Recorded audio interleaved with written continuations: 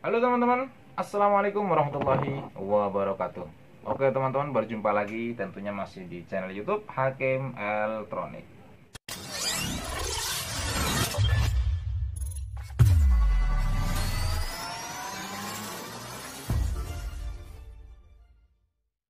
Oke, untuk teman-teman yang baru datang di channel ini, silahkan klik tombol subscribe dan jangan lupa aktifkan juga lonceng notifikasinya supaya saya itu lebih semangat untuk membuat video untuk teman-temannya. Dan mudah-mudahan setiap video yang saya bikin itu berguna untuk teman-teman ya. Oke, kesempatan video kali ini saya itu mendapatkan sebuah servisan TV LED Panasonic dengan ukuran 42 inch dengan tipenya itu TH L42E6G. Nah, kerusakannya yaitu protek berkedip satu kali. Nah, jadi dia protek berkedip satu kali karena memang di Panasonic itu kerusakannya itu pada tanda kedipannya. Oke, jadi karena ini tuh kemarin saya mendapatkan call job ya atau panggilan, jadi saya tidak membuat video secara penuh dari mulai membongkar atau ya secara penuh lah. Jadi saya ambil inti-intinya saja atau pokok-pokoknya saja ya teman-teman ya. Karena call job tidak mungkin saya bikin video di sana dengan saya yang ngoceh ya. Tidak mungkin ya. Oke. Jadi saya ambil inti-intinya saja. Dan langkah pertama yang saya lakukan atau mungkin teman-teman ingin melakukannya yaitu pertama kita harus memahami kedipannya, yaitu di sini kedip satu kali. Teman-teman bisa lihat tabel berikut. Jadi di tabel di situ dijelaskan bahwa kerusakan blinking time satu kali ya, blinking time satu kali atau kedip satu kali ya, kerusakan pada panel information SOS PD5 Star SOS atau kerusakan pada tampilan teman-teman ya. Tampilan itu ya bisa berhubungan dengan T-con atau inverter atau backlight. Jadi di situ yang kita cek harus itu ya. Nah, di sini ada tabel lagi bisa dilihat teman-teman ya. Di sini lebih jelas lagi bahwa kedip satu kali itu diakibatkan oleh inverter yang bermasalah ya, inverter SOS ya, inverternya bermasalah. Nah, itu kerusakan pada board inverternya. Itu ini ada tabel lagi. Namun sebelum itu teman-teman harus melakukan pengecekan terutama pada T-con ya teman-teman ya. Takutnya nanti T-connya nge-short atau gimana ya. Ya kita cek aja. Jadi yang langkah kedua saya melakukan pengecekan pada T-con. Oh iya mas, untuk kedipannya itu seperti apa? Jadi kedipannya itu seperti ini ya teman-teman ya.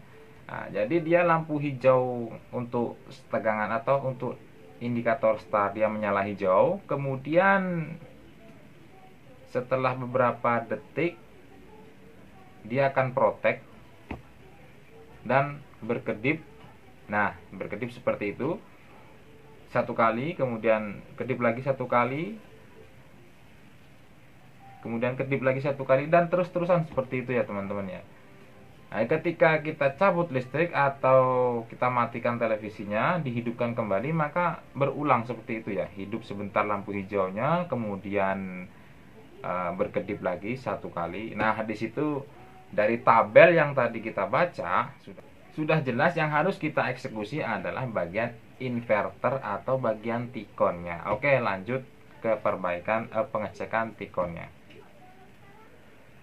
Oke teman-teman, jadi cara mengetahui kita itu mengukurnya atau cara mengetahuinya yang protek yang mana, karena ini protek ketika diukur itu kan hilang, jadi colokan listrik dan di sini lampu indikator standby-nya ini adalah ketika lampu hijau itu start, itulah saatnya kita mengukur tegangan mana yang normal atau yang tidak. Ketika lampu hijau kita harus melakukan pengukuran karena setelah itu dia akan protek dan berkedip seperti ini. Ini adalah satu kedipan ya teman-teman ya. Satu kali kedip dan terus-terusan seperti itu. Nah, kita tadi sudah melihat tabel kedip atau tabel blink pada TV Panasonic yang sudah protek. Di situ satu kedipan kerusakan pada bagian layar ya di situ. Jadi yang teman-teman harus lakukan adalah pengukuran pada tikon. Ini adalah tikonnya. Kemudian kalau tikonnya sudah normal, kita melakukan pada yang namanya inverter backlight. Di situ ada inverter backlightnya. Namun sebelum itu kita lakukan pengukuran pada tikon, tegangan masuk sampai keluar ke sini ya, sampai keluar ke panel ya. Terutama pada fleksibelnya ini teman-teman, biasanya terjadi korosi ya. Di bagian ininya biasanya terjadi korosi, teman-teman bisa melakukan pembersihan. Kemudian kita akan melakukan pengukuran pada tegangan tikonnya, mana saja test point utama pada tegangan tikon. Oke teman-teman, kita akan mencoba untuk mengukur tegangan normal pada tikonnya. Ini untuk catatan kita dan untuk teman-teman juga ya. Tegangan test point dan tegangan normal pada tikon. Oke, pertama kita ukur tegangan input masuknya, yaitu di sini kelihatan ya. Saya tidak perlu mengezoomnya biar kelihatan dengan multinya. Nah, di situ ada tegangan 12 volt dari input tegangan dari MB. Kemudian tegangan utama yang biasa teman-teman ukur adalah VGH dan VGL, itu ada di sini. Ini ada dua pin VGH dan VGL. Ini tegangan VGH-nya. Kemudian ini tegangan VGL-nya. Kemudian ini adalah VAA-nya. 17 volt ya, VAA. Itu harus ada ya. Kemudian di sini juga ada tegangan VDDA. 9 volt itu juga harus ada ya. Kalau yang lain seperti CKV dan TP1 di sini 19 volt CKV-nya. Oke, ini sudah normal ya. Jadi saya mengukur tegangan tikon itu kondisi sudah start. Itu untuk catatan tegangan tikonnya. Kalau yang lain SDA, SCL itu biasanya tegangan 3,3 ya. Oke teman-teman, di sini agak berisik. Oke, itu saja untuk tegangan tikonnya. Oke teman-teman, kita selanjutnya akan melakukan pengukuran pada inverter backlight. Oke, mulai dari tegangan masuk sampai ke output ya. Kita start dulu.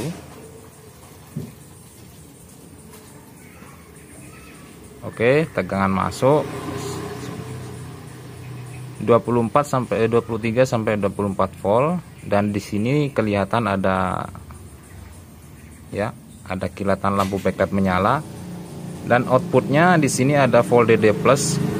Nah, itu keluar sama dengan volt CC input, itu berarti protect atau outputnya tidak menyala, output tegangan dari inverternya tidak keluar. Kita start kembali ya, ini sudah protect. Oke, perhatikan ketika lampu hijau menyala ya. Nah, di situ keluar tegangan sekitar 36 volt sampai 37 volt. Ya. Kemudian lampu kembali berkedip merah. Nah, dari sini sudah kita bisa memastikan bahwa yang bermasalah itu adalah bagian backlightnya. Oke teman-teman, bisa lakukan pembongkaran pada backlightnya teman-teman ya. Oke, saya melakukan pergantian dulu untuk backlightnya. Jadi bentuk backlightnya itu seperti ini ya teman-teman ya. Ini adalah heatsink untuk backlightnya sendiri, karena backlight di sini sebenarnya panas. Jadi heatsinknya lebar. Ini semua heatsink backlight. Backlightnya itu hanya satu pada bagian sebelah kiri kita. Kalau kita menghadap TV itu sebelah kiri. Backlightnya seperti ini. Jadi hanya satu, dan ini sudah saya orderkan. Harganya itu sekitar 250 sampai 315 kalau nggak salah. Sudah saya orderkan ya teman-teman ya. Backlightnya, backlight ini kalau teman-teman teknisi mengatakan adalah BL beras ya. Bukan BL kancing ya. Oke, saya pasang dulu. Jadi pasangnya itu di sini teman-teman. Seperti ini. Maaf ya teman-teman, video tidak keseluruhan karena kita sedang call job ya. Dan di sini ternyata yang mati hanya bagian sini teman-teman, bagian pojok sini. mulai dari input masuk. Tegangannya itu satu lampu 6 volt. Nah, di sini terbagi menjadi 8 grup atau 8 barisan lampu. Jadi di sini ini tiap stripnya ini satu baris satu grup itu ada 6 lampu, dan di sini terbagi menjadi 8, dan yang barisan ke-8 di sini yang mati. Itu yang membuat televisi Panasonic 42 ini Protect. Oke, saya pasang dulu ya teman-teman ya. Oke, backlight sudah terpasang. Kita coba akan menyalakan televisinya. Colokan listriknya, ditunggu sampai start. Nah, oke teman-teman, lampu backlight sudah menyala, dan tunggu sebentar ya, sampai sekitar ya 2 menit lah. Kalau 2 menit, dalam 1 menit aja, 1 menit tidak mati, itu berarti sudah dipastikan televisi ini normal kembali ya teman-teman ya.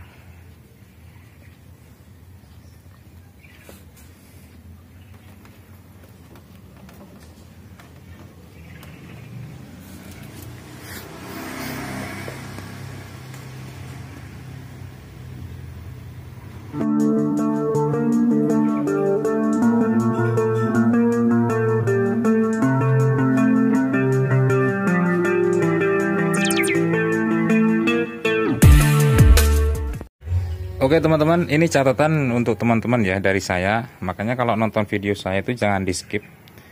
Untuk televisi Sony 42 inch, ketika teman-teman mengalami kerusakan gambar itu ngeblur separuh ya. Jadi yang di sini normal, tapi yang di sini ngeblur. Nah, itu teman-teman lihat di sini ada kupingan ya. Ini biasanya para teknisi menyebutnya itu kupingan. Jadi ada 2 kiri kanan. Di sini juga ada. Nah, misalkan yang blur yang di sini dan di sini normal, teman-teman buang saja, kupingannya itu dibuang semua, dilepas semua aja ya. Maka di situ nanti akan normal kembali. Namun itu ada cacat layar, ketika kupingan itu dibuang, pikselnya akan menjadi sedikit kasar ya.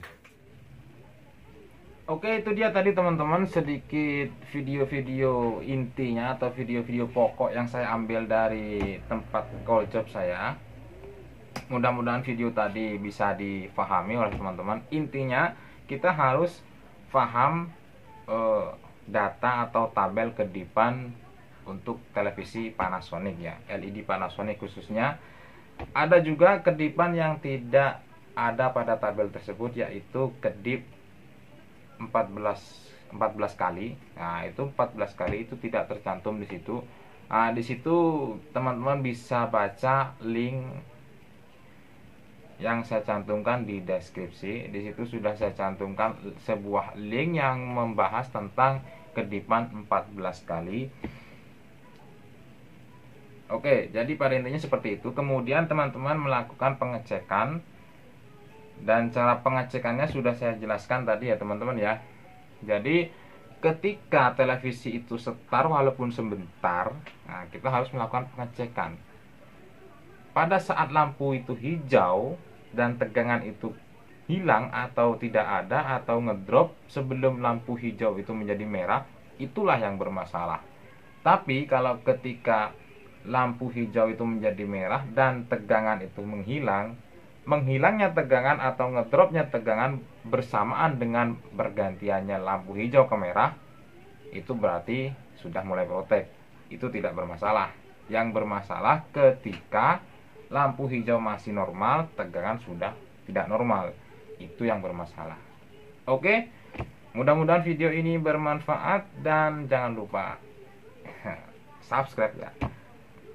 Oh ya teman-teman, untuk video berikutnya mungkin kita bahasnya seperti ini saja teman-teman ya. Karena kalau kita bahas secara full atau penuh, mulai dari pembongkaran atau bagaimana, itu akan memakan waktu.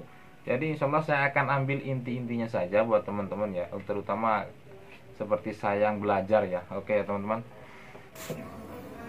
Oke. Wah, nggak yanten.